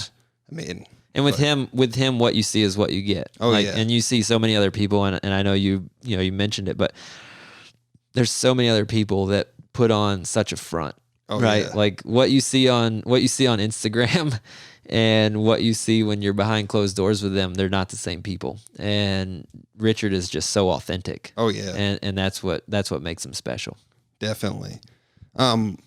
So let's talk about Kansas just for our stories, and then we'll wrap up with, you know, your next steps and what you're doing after racing. But that was a bad day. Yeah. It was a bad I watched day. An interview you gave about it. Yeah. And let's just explain it to the listeners. Anybody who hasn't seen it, there's a lot of YouTube videos of it. So if anyone wants to see the visual, we'll probably clip it for this episode. Yeah. But, that was a bad day. We were at Kansas. I was actually it was right after a pit stop sequence. So we were having a restart, and we had an issue on the pit stop. So we got relegated to the back of the field because of the issue we had on our pit stop. So I was towards the back of the field, about mid-pack of the field, going into turn one after the first lap of the restart. Joey Logano blew a right front brake rotor. Mm-hmm. And so his car shot to the right, and it collected Danica Patrick's car. The two of them shot into the fence hard. And when they hit the fence... How fast are they going at Kansas? So that year, with the rules package that we had, we were about 195 mile an hour getting in turn one. So at that time in 2017, we had full horsepower. The engines were completely unrestricted, and we had high downforce. So that means we were cornering super fast, and we were going fast down the straightaway because of the horsepower. So we were about 195 mile an hour getting into turn one, and got into turn one there. They wrecked, and the angle and the way that they wrecked, the front of their cars both smashed into the wall. And when he turned her, right? Yeah, and when it did, it dumped all the fluid out of the radiator in the oil cooler. So there's oil and water all over the top groove of the racetrack, which you were on. So I went into turn one, and when you're running 195 mile an hour, when you are halfway down the straightaway, you are already picking out where you're going to go, because you're moving at, you know, a football field a second, right?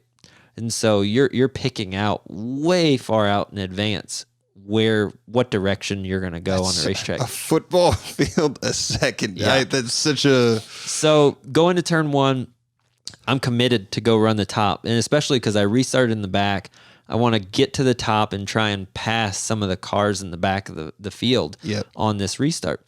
So I commit to the top lane. They wreck. I'm already committed to the top lane, going 195 miles an hour. I hit the brakes. When I hit the brakes, I don't slow down at all because I'm in oil and water. And so I honestly feel like I pick up speed. You ever been going on ice? Like you grew up up north. So you hit the brakes and you start going faster. Going faster. Yeah. It's like, that's what happened right there. No steering. And no steering, no control, no nothing. How long, like, was it like 1/1000 or like? It was more like 3/1000. So you had a while. Oh yeah, I saw it coming. Like it was gonna be bad. And so I hit the brakes, nothing's happening, I'm not steering. And so were they were essentially dead stop, or like close to it. They were still traveling a little bit down the racetrack. The energy was still coming at them. Oh yeah. And so I remember being on the brakes and nothing happening. And with our cars, in any car, even in a passenger car, sometimes when that happens, you can actually throttle up and like make your car start to spin or start to turn. Yeah. So I wasn't slowing down, and I knew I was going to wreck anyway. So instinctually, I throttled up to try and like get my car to rotate and turn. It's like the sand dunes. Yeah, and it didn't do that either. So I throttled up and drove into the wreck at 170 miles an hour. Is that the hardest hit you ever? It hurt so bad.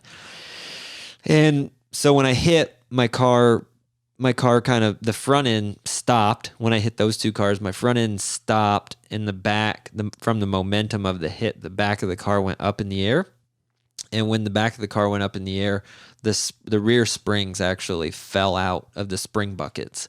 And so when the car came smashing back down, It was just straight. it was just solid on the frame.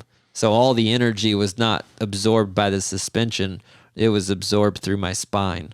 And so I compressed the T5 vertebrae between my shoulder blades. That's your thoracic spine. The fifth vertebrae, the T5. I collapsed it like a Coke can. So imagine you take a soda can and you just smash it down. That's what my vertebrae did. It just smashed down. And it hurt immediately. It felt like somebody shoved a hot knife in my back. The pain was sharp. The initial hit. Yeah, the pain was super sharp, very, very pointed, and it felt like my back was on fire, and which there was a lot of fire around, so I thought that I might have been on fire. So I was trying to like hurry to get out of the car. Most people don't have that problem, by the way. Just what, am I on fire, or is my back just on fire? So I moved around to try and like hurry to get out of the car because I thought I was on fire, and I realized that I wasn't going to get out. Like if I had to get out in that moment, I think I might have been able to muster up, like adrenaline wise, I might have been able to get out, but I had pulled the fire extinguisher pin and I looked around, realized I wasn't on fire, and everything in my body just tingled, and I was just in severe pain. So they ended up cutting me out of the car, getting me out, and then I rode a helicopter over to Kansas University Medical Center, got diagnosed with a broken back, basically. Damn. And at how old were you? 34 or something? Yeah, so it's 2017. So yeah, 34, 33. How long was like 7 weeks. I was out of a race car for 7 weeks. That's it? Yeah. I did a really, really intense rehab protocol. And were you scared when the first time you were back in the car? Not at all. Really? Yep, not at all. That's wild. I've noticed, like, your back is very straight now. Like, it's conscious effort. Yeah, yeah. You can tell. I mean, you have great posture, but like I've been slipping and sliding throughout this interview. It's a conscious effort. I sat like this for years, and because of that rounded spine, that actually contributed a lot to it. So when my spine did collapse, it collapsed like a soda can, like I told you, but more in the front of the vertebrae. Mm-hmm. So it made it kind of wedge shaped. So it's actually promoting me to be more rounded.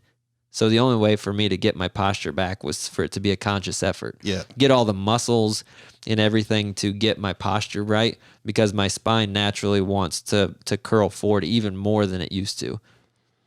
Just another thing to think about in your driving and flying and traveling. Yeah. So when I'm old and have way more gray hair, I'll be able to tell you when it's going to rain. Yeah, I believe it. Yeah. Well, thank you for reliving that horrible experience for our listeners. Yeah, that was a bad day. That was that was no fun. I went to the Infield Care Center, and I was in a lot of pain. They went to load me up in the helicopter, and when they loaded me up in the helicopter, I'm 6'1". Well, I was 6'1". I'm 6 foot now after the crushed vertebrae. Oh, damn. Yeah, and my feet, the way they had me on the flat board and they strapped me down to the stretcher, my feet were hanging off the end of the stretcher slightly, And so they go to load me up in the helicopter. They have the door open. They go to put me in sideways. And apparently there's only room for the stretcher to be like 6 feet. And that extra inch, or they rolled the stretcher in there, and my heels hit the wall in the front of the helicopter behind where the pilots were sitting. My heels hit the wall, and that pressure from that went, of course, up my spine. Yeah, because you needed a little extra. I screamed some not so nice things, and so they immediately give me a shot into the IV they already had in me. They give me a shot of some sort of painkiller. Yeah. So we take off on the chopper. I was furious, mad, yelling at the guys for being inconsiderate and not paying attention. We get about 5 minutes into the flight, and I feel no pain. Oh, yeah. And I'm like, all these thoughts started running through my head like, I'm a wimp. Like, I just caused them to stop the race for an hour, cut me out of the car, all this big drama production. And here I am, I feel zero pain right now. I feel like I could get up and walk out of this helicopter. Yeah. I didn't, at that moment, I was like, I don't know what to do, if I should keep milking this or what. And so it was probably fentanyl. I don't know what it was. It had to have been real strong. It was good. Yeah. So they take me off the chopper, bring me into the ER, and they move me on. Maybe I stay on the same stretcher. It's a blur, but they cut my suit and everything off. They get me down to literally butt naked, and they're touching me everywhere. Does this hurt? Does this hurt? Does this hurt? Does this hurt? Touching me all over. Does this hurt? Nope. I'm telling them everything. Nope, doesn't hurt. Nope, that doesn't hurt either. And they're like, well, can you tell us where the pain was, at the scene of the accident? I'm like, yeah, it was in my back. My back hurt really bad. So they rush me off to go get x-rays, and when the pain medicine started to wear off about that time. Oh man. They rushed me off to go get the x-rays. So then I knew I wasn't milking it for nothing anymore. But there was a small window of time, about 20 or 30 minutes, where I was like, man, I just put on a hell of a production. Yeah. All right. So eventually, at some point, you're not going to be a driver anymore. Yeah. What's your kind of, what would you like to see happen career-wise? Yeah. Your dad has tasked me. Your dad is the most incredible planner. Yeah, I've ever met in my life. Actually, let's talk about this for a second. You've gotten a taste of my dad a little bit. You guys probably have a big brother, younger brother relationship. Very much so. He's anal retentive, maybe it's the right word. He's definitely organized. Yeah. But very unique. You don't meet a lot of people. And as I've gotten older, I'm like, wow, this just is not the norm for most people. And that's what I grew up around, you know? So he's tasked you with something. I'm sure he's given you a clear outline or whatever. But and your dad has sprinkled me with such a wealth of knowledge. It's been incredible. I'm so think grateful. about me, man. Yeah. So my whole life, any question I have, I just go turn to him. Yeah. I'm so grateful for our relationship. But to get back to your question, your dad has tasked me with thinking about it. Forever. The only time I ever thought about Plan B was when I was 19 and getting ready to get an F in statics class. I was like, oh, I probably should think about a Plan B, should stop this racing thing. And I got lucky and things worked out. And I told my mom I'd go back to school if I had to. And here I am, 37, not had to go back to school yet. So that's You're all going back to school. So that's all worked out. I've not had to think about Plan B. And so your dad has tasked me for a while now. You need to think about it. get some sticky notes. We all know your dad loves sticky notes, the He's got a industrial list. style. And he's like, you need to get a whiteboard and a sticky notepad, and you need to start thinking of ideas. And one thing I would say, anything that he suggests like that works. Yeah. Every time. It may feel like you're pulling teeth, but you always walk away, like you always look at it and you're like, okay, the intention is to figure out what I'm going to end up doing. Right. You end up learning something completely different than you thought you would. Sure. And it is totally worth the time, but the friction of the starting the process is so obnoxious. So the very first time I attempted to do this, I sat at my desk in my office. And I sat for 45 minutes in front of a fresh stack of sticky notes. And at the end of 45 minutes, I didn't have a single sticky note written on. Oh, okay. I thought you said you didn't have any left. So it's like, dude, you have too many ideas. I had nothing. And over time, I've gotten better at like brainstorming and thinking of things, but still to this day, like racing is plan A. And I find myself in this struggle of like being in the present and thinking about the future. Like it's hard for me because my job demands so much out of me and demands so much focus and being like all in that. Dude, no one's like that. You're very lucky that that's the case. Everybody's future tripping or thinking about the past. You're like obsessed with the present. Yeah. And so for me, like it is, I feel like I'm cheating myself. I feel like I'm cheating anybody else that's involved by like thinking about what's next. If I'm and so I have given it some thought. Most of the time when I give it thought, it's in the off season. And then once the season ramps back up, like my focus and my mindset is always just on the present. Like I literally can't think about anything else. So through a couple off seasons, I've thought about what's next. I've entertained the idea of like trying to do some sort of broadcasting thing. Yeah. You started doing that a little bit this year. I have, and just getting my feet wet with that and seeing how that goes. I do enjoy it.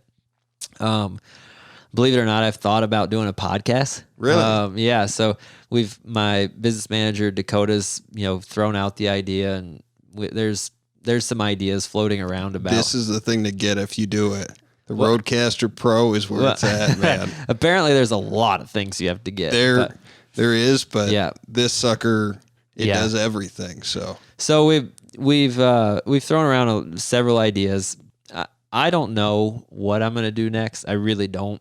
One of the fears that I have just with my job and it being really demanding of me and my schedule and all of those things, one of the fears that I have is that my kids will grow up and I'll have kind of missed it, and there's only a short window of time that I feel like where they're going to think dad's cool. They're 8 and 7 right now. And like when I come home, like they drop whatever they're doing and come running to the door and give me a hug, and they're excited to see me. And I know that there's a time that's coming in the very near future. Like when I come home that they're going to be like, hey dad, like it's not going to be the same as what it is now. So I weigh that out a lot. My son wants to, do things. My son wants to play stick and ball sports. My son wants to go-kart race. My son wants to do a lot of different things. My daughter is into everything. She's in theater and dance recitals and ballet and gymnastics and all those things. And all those things happen on Saturdays because most people on Saturday are off, right? Yeah. So they work Monday through Friday. Their kids do activities in the afternoon or evening time, and the events happen on Saturday. Well, guess what I'm doing on Saturday? Prepping for Sunday. Prepping for Sunday. So I miss a lot of things, and it's really challenging. And that is one of the things that I think about often is just like how much of my kids' childhood am I willing to miss? And so going forward, whatever I do next, there will definitely be more of a focus on the family because I feel like they've sacrificed tremendously for me to do what I love to do. Most of my life, honestly, has been about me, right? Like my whole life, like from the time I was a kid, my life has been about me. My family took care of me. My family got me involved in athletics and in racing, and that's kind of common in racing families, though, right? Like my dad always talks about my grandpa. The family went to the track on the weekends, right? And it was he was racing. And so That's like right. my dad always mentions it, like he felt like his childhood was kind of about his dad. Yeah. And I mean, you're kind of talking about that. But for me, like it was all about me. Yeah. Like from the time I started playing sports and go-kart racing and stuff, my life has always been about me. Now I have kids to where when I was their age, my family's life revolved around their kids, which I was the recipient of that. Where now, my kids are 8 and 7 and their lives revolve around me still. It's like, well, you could play flag football, but if you do, you won't get to, dad won't be there on Saturdays and you won't get to travel and go to the races. And so we have to make conscious decisions about that. So my next, whatever path, career path or job or whatever, I do want to focus more on being present and being being there for the family.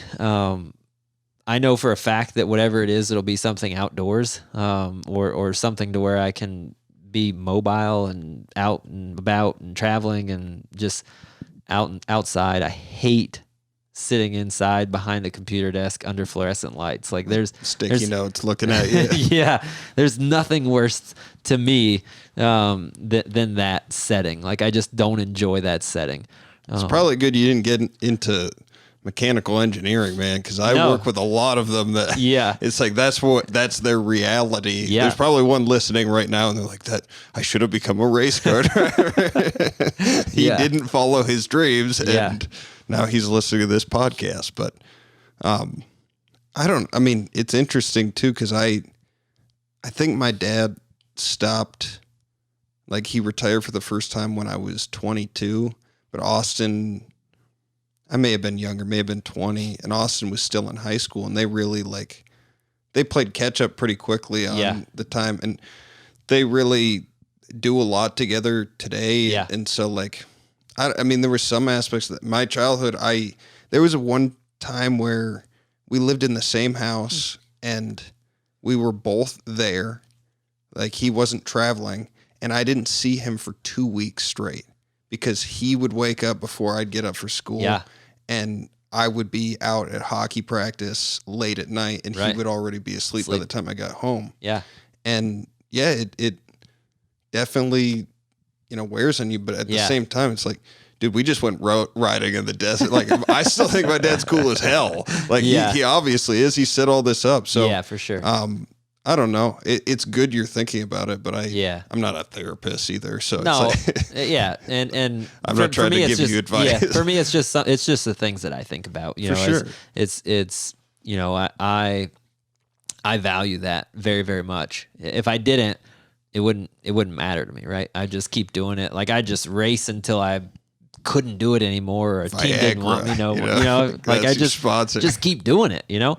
But for me, like I value that so much. And like for me, that's something that I think about. Like, and I think about that. Like you asked me like, well, what am I going to do next? Well, I can tell you what I'm not going to do next. What I'm not going to do next is be working on a Saturday, like every Saturday. Like every Saturday. I will be available for my kids. If my daughter has a recital or whatever, a theater performance on a Saturday night, I want to be there. I want to watch it. I want, if my son plays high school baseball or high school football or whatever it is, or if if he's in the band or whatever, whatever he wants to do, like I want to participate in their lives and I want to be there. And I don't want our family's life. There's 4 of us in our family, and I don't want all 4 individuals' lives to revolve around my schedule and my life. And that's the way it's been for forever. Yeah. So at some point that needs to change. Not yet. I mean, I think if you win the Daytona 500, then then it'll be fine. Yeah. I still have a lot I want to accomplish. And that's the balance too, is like continuing to strive and, set goals. And, there's a lot that I want to accomplish from a career aspect. And if I don't accomplish those things, I won't be totally devastated. I've had a great run. I've had a great life and I've had a great career and I'm totally content and happy with where I'm at. But there's still more I want to achieve. For sure. Is there anything, that's pretty much what I got for you. Is there anything you want to plug, like any I mean, if people are interested in following you on Instagram or Yeah, so I think one of the cool things, like if anybody listening or watching that wants to learn more about me or, dive more into me behind the scenes, just not what they see on TV when they're watching a race. We've started a content like YouTube series called Beyond the 10. And there's a bunch of, videos ranging from, 3-minute videos to 30-minute videos on there.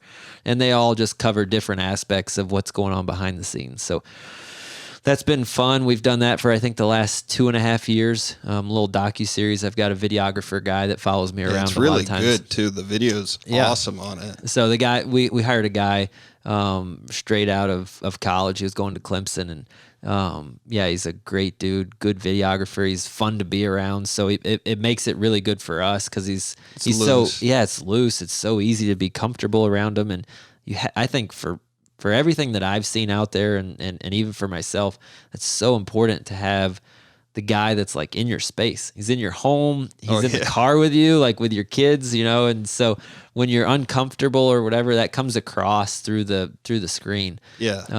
So that's been good. That's been a lot of fun to do that with him. And we're getting to the point to where 2.5 years into it, we're so comfortable having Chandler around. Like it's literally the fly on the wall type scenario. Like you don't even. And it's so cool when you capture those good moments. Yeah. Like it's. I mean, I felt like yesterday when we got the footage, I was watching it last night, and I was like, man, this is so cool to see it in hindsight. Yeah. So. No, so that's cool. So if anybody wants to check that out, it's Beyond the 10. It's I think you can just Google Aric Almirola YouTube series and it'll pop up. I don't know. I'm not too savvy with all that stuff, but yeah. Sounds good. Well, obviously, thank you for coming on, man. This was super fun.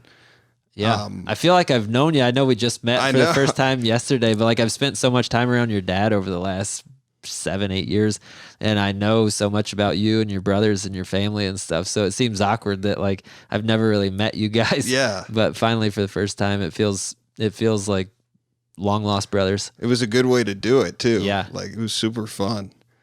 So thank you for your time. Yeah, appreciate it. We're gonna make some steaks tonight and enjoy ourselves. I'm going to just sign off by saying thanks again for listening, everybody. If you enjoyed this episode, please make sure to share this podcast with a friend and rate and subscribe to us. Also, please don't forget to follow us on Instagram at FNFpod. We're going to leave you with Jaga. I just make the waves, I don't write them. I can hear the lyrics in my spirit as I write them. Why you wanna walk and talk just like them? I can't get caught up in all the hype and the excitement. I just make the waves, I don't write them. I can hear the lyrics in my spirit as I write them. Why you wanna walk and talk just like them? I can't get caught up in all the hype and the excitement. My wave pool, my wave pool. Welcome to my wave pool, my wave pool. Welcome to my wave pool, my wave pool. Welcome to my wave pool, my wave pool. Welcome to my wave pool, my wave pool. Welcome to my wave pool, my wave pool. Welcome to my wave pool, my wave pool. Welcome to my wave pool, my wave pool. Yeah. Welcome to my pool, so